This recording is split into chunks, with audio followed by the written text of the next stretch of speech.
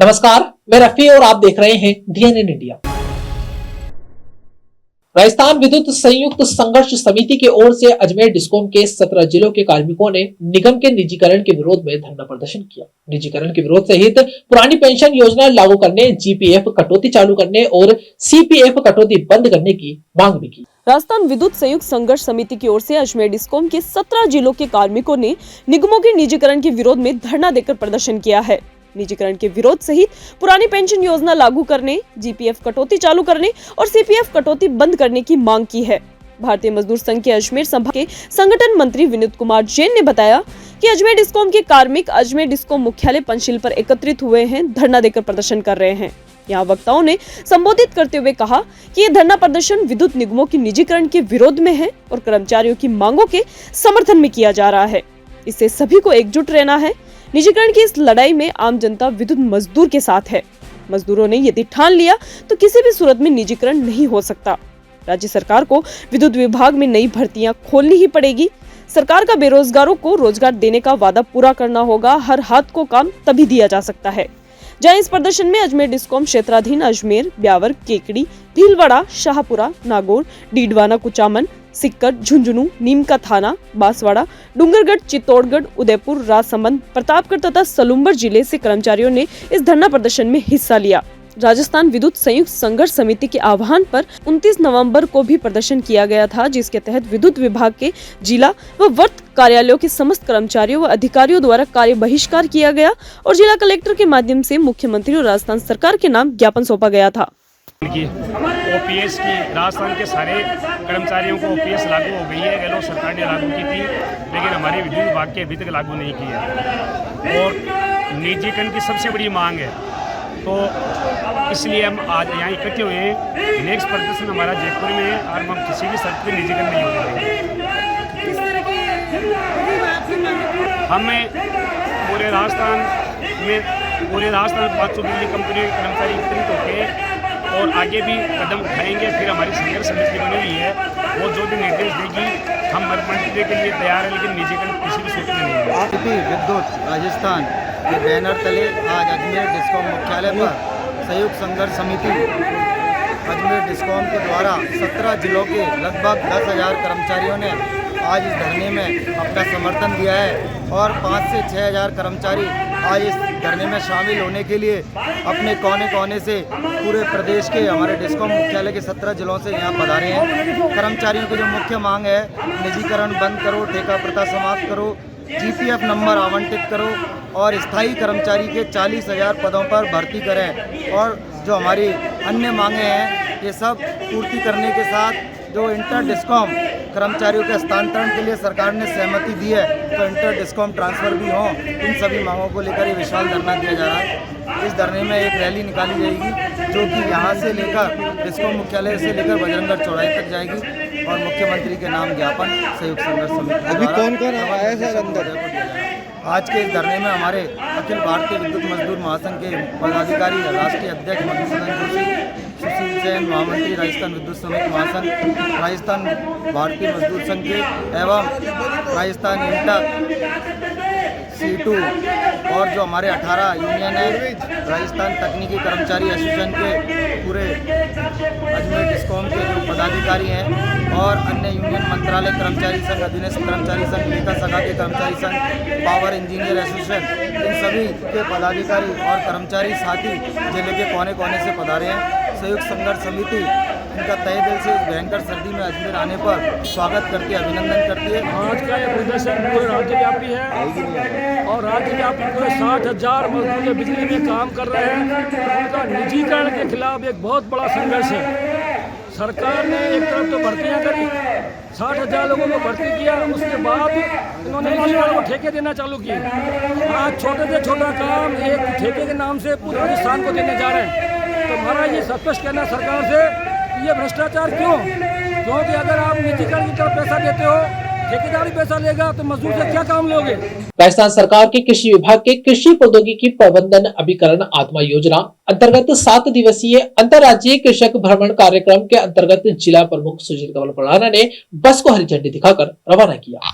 राजस्थान सरकार की ओर से कृषि विभाग की कृषि प्रौद्योगिकी प्रबंध अभिकरण आत्मा योजना अंतर्गत 7 दिवसीय अंतर्राज्यीय कृषक भ्रमण कार्यक्रम के तहत जिला प्रमुख सुशील कंवर पलाड़ा ने बस को हरी झंडी दिखाकर रवाना किया। जिला प्रमुख सुशील कंवर पलाड़ा ने बताया कि राज्य कृषक भ्रमण के अंतर्गत अजमेर की 50 किसान महिला प्रशिक्षण के लिए गुजरात जा रही है, जहाँ जाकर महिलाएं गुजरात की कृषि व कृषि की नई नई तकनीकों को सीख कर अपने क्षेत्र में लागू करेगी, जिससे अजमेर शहर में कृषि क्षेत्र का उत्थान होगा, महिलाएं व आम जन में कृषि के प्रति वर्चस्व बढ़ेगा। जहां बताया कि इस अंतर्राज्यीय कृषक भ्रमण में 50 महिलाएं बस के माध्यम से प्रशिक्षण लेने के लिए गुजरात जा रही है। आज हमारे अजमेर जिले से जो कृषि विभाग से जो आत्मा योजना से जो महिलाएं जा रही है, गुजरात जा रही है, 50 किसान महिला जा रही है, वो उनको यहाँ ट्रेनिंग के लिए जा रही है, प्रशिक्षण के लिए। तो वहाँ उनको नई नई चीज़ सीखने को मिलेगी, जो भी किसान की जो होती है, जो खेती है, बाड़ी है,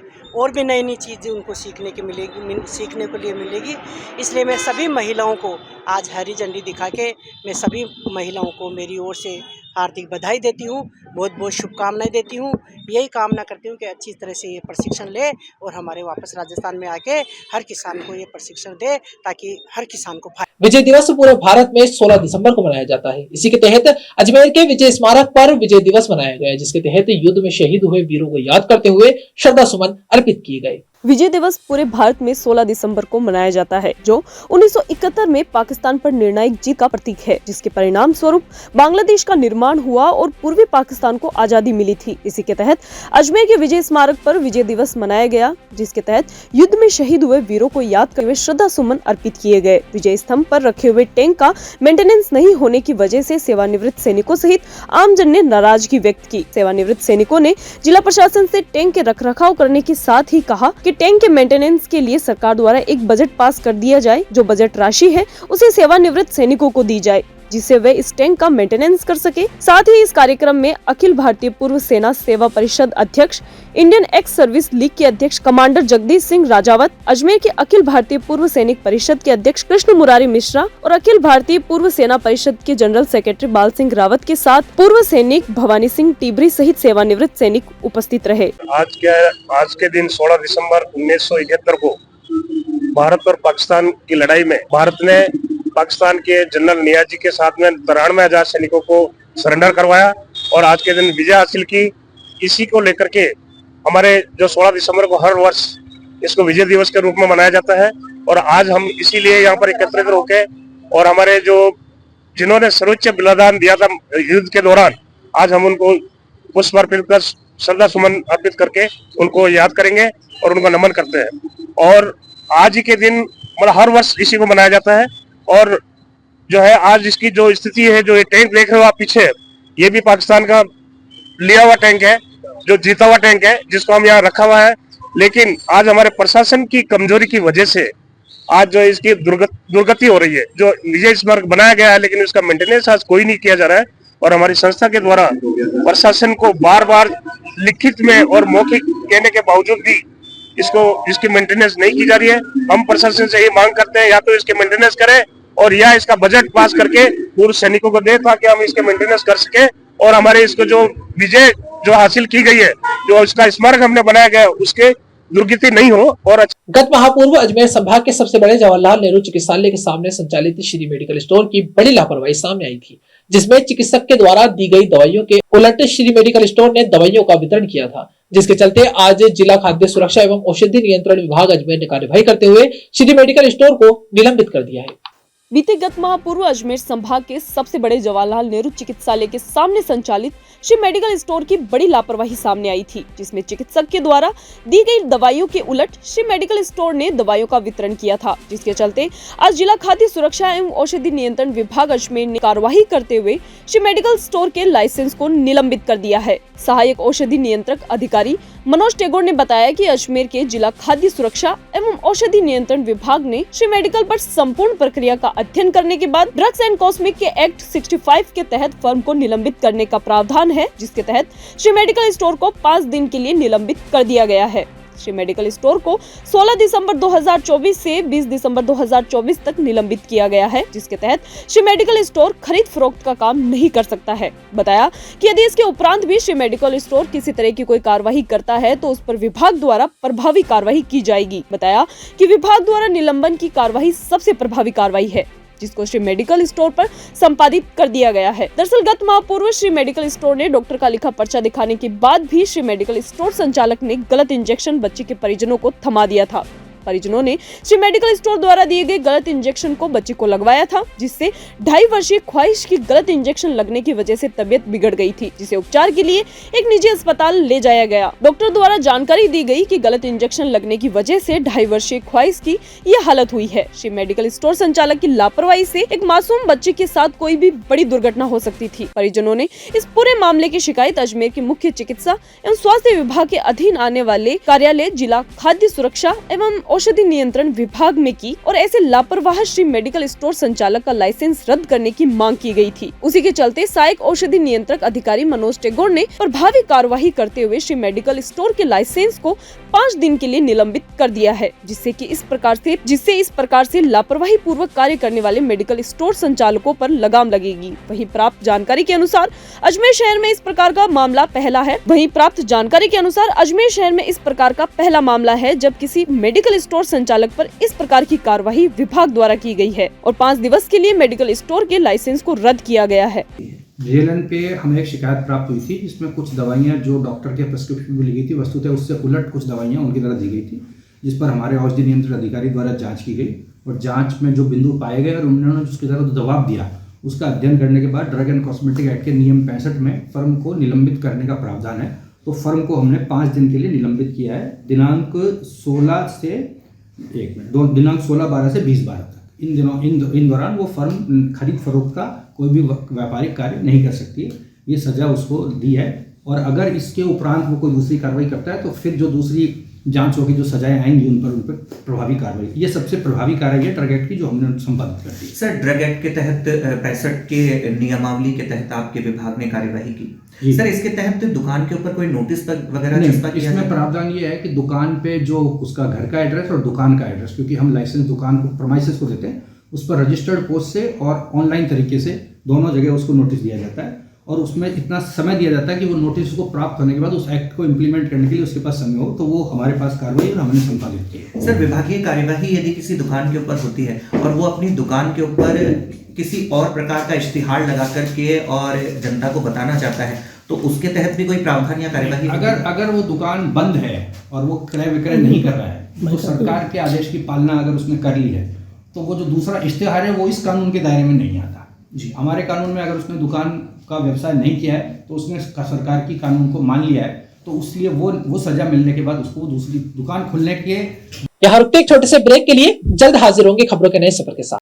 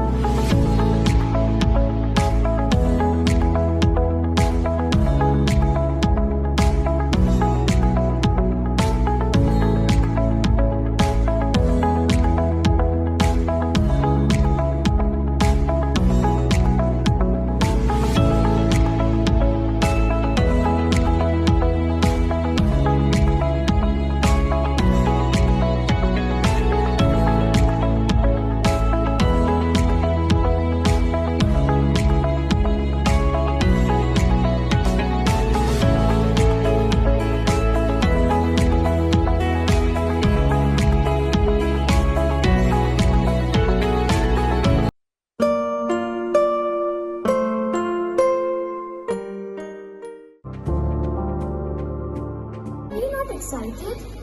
Holidays will be very boring for me.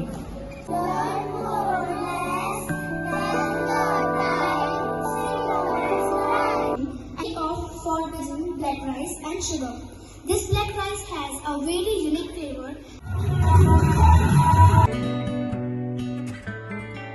Ajmer नगर निगम की ओर से सोमवार को गंज और दरगाह क्षेत्र में सीजिंग की कार्यवाही को अंजाम दिया गया। निगम की टीम ने गंज और दरगाह क्षेत्र में स्वीकृत नक्शे के विपरीत निर्माण करने पर 3 होटलों को सीज किया। इस दौरान गंज और दरगाह थाना पुलिस मौजूद रही। अजमेर नगर निगम की ओर से सोमवार को गंज और दरगाह क्षेत्र में सीजिंग की कार्यवाही को अंजाम दिया गया है।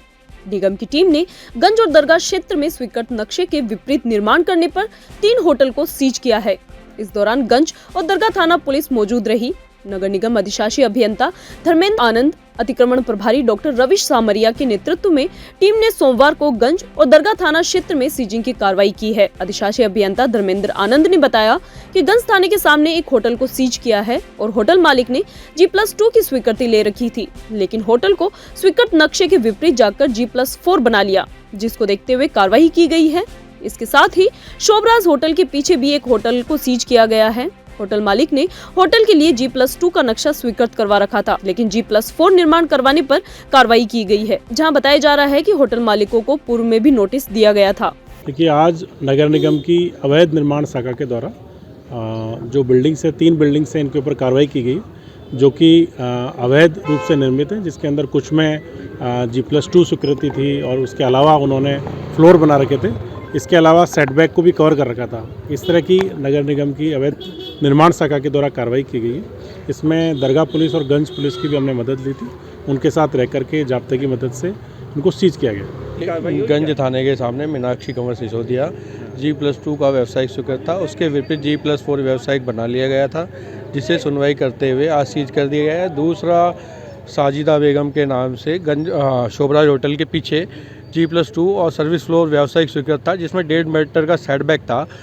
उनके द्वारा सेटबैक पूर्ण कवर कर लिया गया था और एक अतिरिक्त मंजिल का निर्माण कर लिया गया था, उसे सीज किया गया है। तीसरा, ये अंडरकोट रोड पे है, कैरोनिशा जी के नाम से, इसमें आवासीय स्वीकृत है और 10-10 फीट तीनों साइड सेटबैक है, वो कवर कर लिए हैं और व्यावसायिक निर्माण है, इसलिए आज चीज़ किया जा रहा है। अब आगे क्या रहेगा? आगे कार्रवाई निरंतर जारी रहेगी, आपको सूचना मिल जाएगी। जयपुर स्थित नामचीन उत्कर्ष कोचिंग क्लासेस में जहरीली गैस के फैलने के प्रकरण में NSUI कार्यकर्ताओं की ओर से जिलाधीश लोकबंधु को मुख्यमंत्री के नाम ज्ञापन सौंपा गया। जयपुर स्थित नामचीन उत्कर्ष कोचिंग क्लासेस में जहरीली गैस के फैल जाने से 10 छात्र छात्राओं की हालत गंभीर है, जिसको लेकर अजमेर के NSUI कार्यकर्ताओं की ओर से जिलाधीश लोकबंधु को मुख्यमंत्री के नाम ज्ञापन सौंपा गया है। NSUI कार्यकर्ताओं ने जिला कलेक्टर की अनुपस्थिति में उनके PA को ज्ञापन दिया है। NSUI कार्यकर्ता अंकित घारू ने बताया कि इस कांड के अंदर प्रशासन की लापरवाही देखने को मिली है। प्रशासन की मिलीभगत से जो प्रदेश में अवैध कोचिंग सेंटर चल रहे हैं, उन पर कार्रवाई की जानी चाहिए। युवा कांग्रेस नेता ने ज्ञापन के तहत मांग की है कि इन अवैध कोचिंग सेंटर्स पर कानूनी कार्रवाई करते हुए उनकी बिल्डिंग को सीज किया जाए, साथ ही कोचिंग सेंटर्स में फीस का मापदंड निर्धारित किया जाए।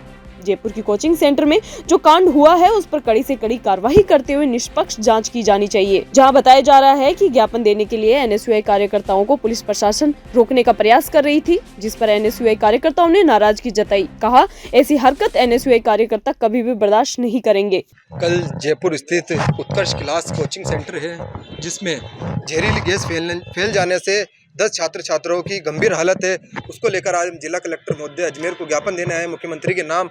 उसमें हमें प्रशासन की लापरवाही देखने को मिली है। हम हमारी मांग उठाने आए हैं। जिस प्रकार अवैध कोचिंग जो चल रहे हैं प्रदेश के अंदर, जिले के अंदर जो अवैध कोचिंग चल रहे हैं, प्रशासन की मिली भगत से चलते हैं। नगर निगम की कोई कार्रवाई नहीं है, उस पर JDA की कोई कार्रवाई नहीं है।